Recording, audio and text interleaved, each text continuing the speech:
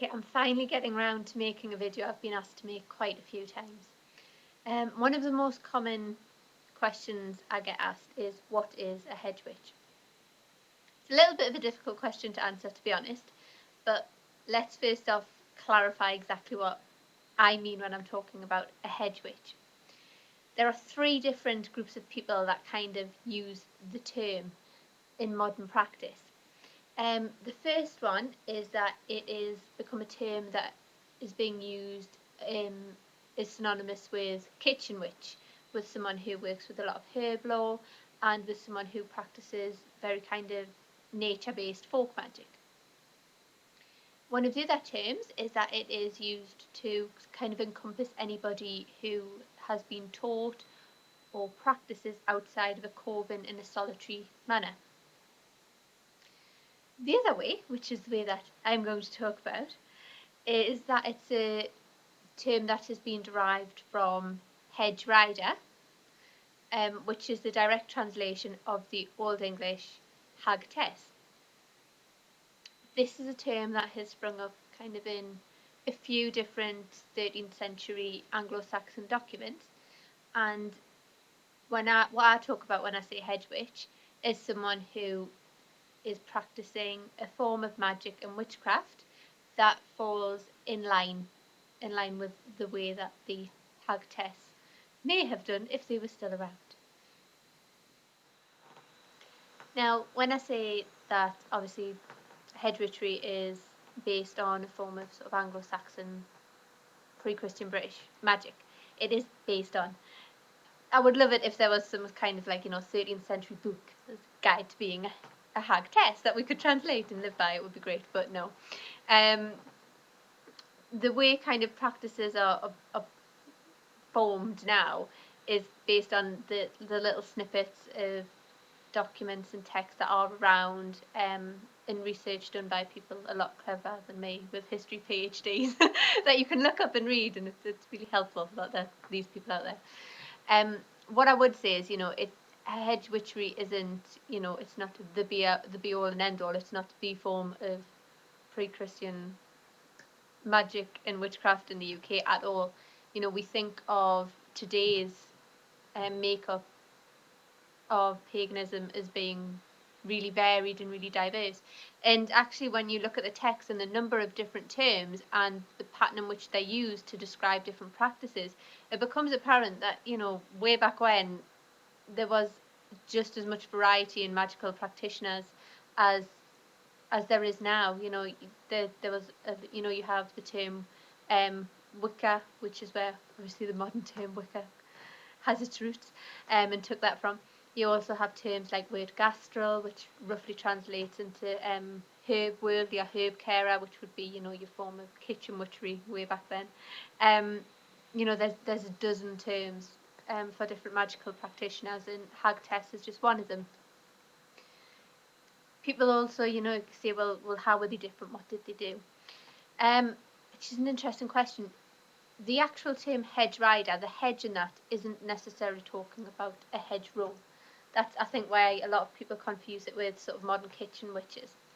It's not talking about the actual hedge and what's in it. It's talking about the metaphorical one. Way back when in your little ancient village, a hedge wasn't just the boundary between the village and the woods. It was the boundary between the real human people in the village and the fae and the elves and the other folk that lived in the wood. And hedge rider came about because hedge witches, or the hag-tess, were people who were perceived to be able to walk along it. In the kind of few texts that they do have, they always sort of spring up alongside elf and other folk, and they are kind of documented as being said to employ elf shot, which was a weapon employed by the other side to take down people they didn't like. But yet they're always kind of seen as just over the other side of the hedge, just standing on it and being with both sides at once. So that is kind of a main tenet of modern hedge witchery as well. You have hedge riding, which is a practice of almost a self-taught second sight, if you like. It's quite hard to describe. It does involve sort of meditative states and trying to see, you know, beyond the veil, and that is a very big part of it. So that comes into it quite heavily. It's not just a form of folk magic, even though we do practice, you know, spells and charms and this the kind of thing you would perceive to be with any kind of traditional or folk witchcraft practice. There is that side to it as well that is very, very key and very important. The other side of it, which comes in quite heavily, is divination. The other thing that we see in these texts, see we like I'm a historian, the other thing the historians have picked up in the text is that it was kind of used, Hag-Tess was used as an alternative form of the way you would use Pythoness in Greek. These were seen as people who would go into meditative states and then come out with these tales of, you know, what was yet to come.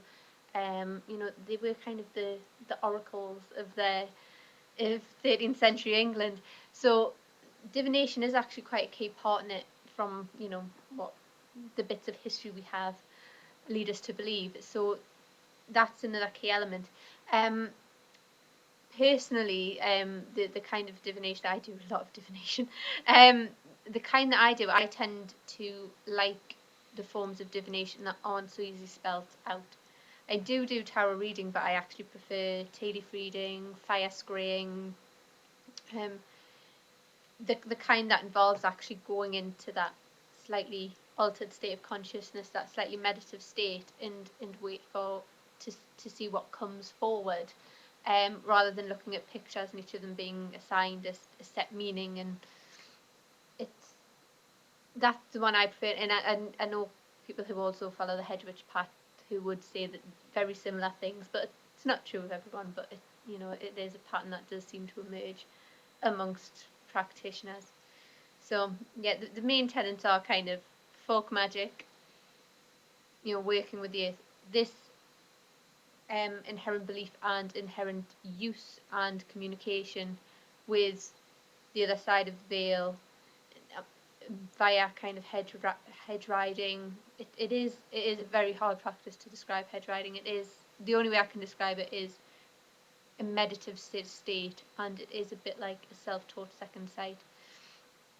And it is quite, it's not something you can specifically learn. You practice these forms of divination. You practice kind of a form of journeying, a form of, you know, actually really going deeply meditating to see the other worlds, and it kind of evolves over a period of time. And obviously the other one is the divination, the practice of trying to see what is yet to come, and also looking a little bit more deeply at what's already there, which quite a few head witches like to do in their divination. It's not all about the future. It's like, you know, what's unseen in the here and now, which again ties in with the hedge riding. The other thing I get asked a lot by a lot of different people is, you know, after being on a solitary path for so long, would you ever consider joining a coven and things like that? I do like being part of a group. I'm not solitary because I'm antisocial. I do like people generally, and I love going to festivals and taking part in the big, you know, open group rituals. But hedge witchery is something that is integrally very solitary, you know, and that is due to the hedge riding aspect of it. It does involve forming a very close attachment to the land around you, just so that you can communicate with the you know, the other folk that are hidden within it. It also harks and pulls you back to more ancestral spirits, whether they be kind of tied to the land you're in or tied to your kind of personal ancestry. That is a very strong link that's there, and for me that's very, very close to the whole practice of hedge riding, which is so important. For me, I'm quite lucky because, you know, we have these little bits of history that I can look at and I can feel quite close to, because, you know, I live in England and my family ancestry is kind of half English, bit of Norman, bit Irish. You know, it works. I'm not saying by any standard that someone who isn't English or doesn't have that ancestry can't be a hedge-witch. What I'm saying is they would practice it very differently. If your family ancestry is, from an entirely different country to the one you're living in, you're probably going to get a really interesting mix of things coming through, but that's what you have to work with, because that's what you feel close to and that's what will work for you. So yeah, anyone can practice hedge-witchery. It's just the way you practice it, and it will be different for everyone, and that's why it's such a solitary path, unfortunately. And it's why it's a bit difficult to learn. That there's no guide to being a hedge-witch. There's no one big guide to it. You look at the different tenets of it and the different practices it encompasses, and you look at a way that you can connect to them, and you bring them together, and the experience you get out of practicing them all together is hedge-witchery. You find your method of divination that works for you. You find the way that you enter meditative states best, and the way that you communicate with the other world and with your ancestral spirits and with the other folk that reside there, and that's what works for you. And you find the way that you practice traditional folk charms and very traditional earthy spells and very kind of elemental basic magic practices, very sort of folklore tradition based, and again based on who you are, where you live, and what your past is, that is going to be totally different for everybody. And once you find all those different elements and bring them together, that is the pretty much the only way you can really truly practice this practice is to make it your own. So there's no one set way of doing it. It's looking at a lot of different skills, developing them individually and bringing them together. And it's in the bringing them together, practicing them together, and developing this sort of hedge riding intuition. That's what makes hedge-witchery, rather than any set one thing.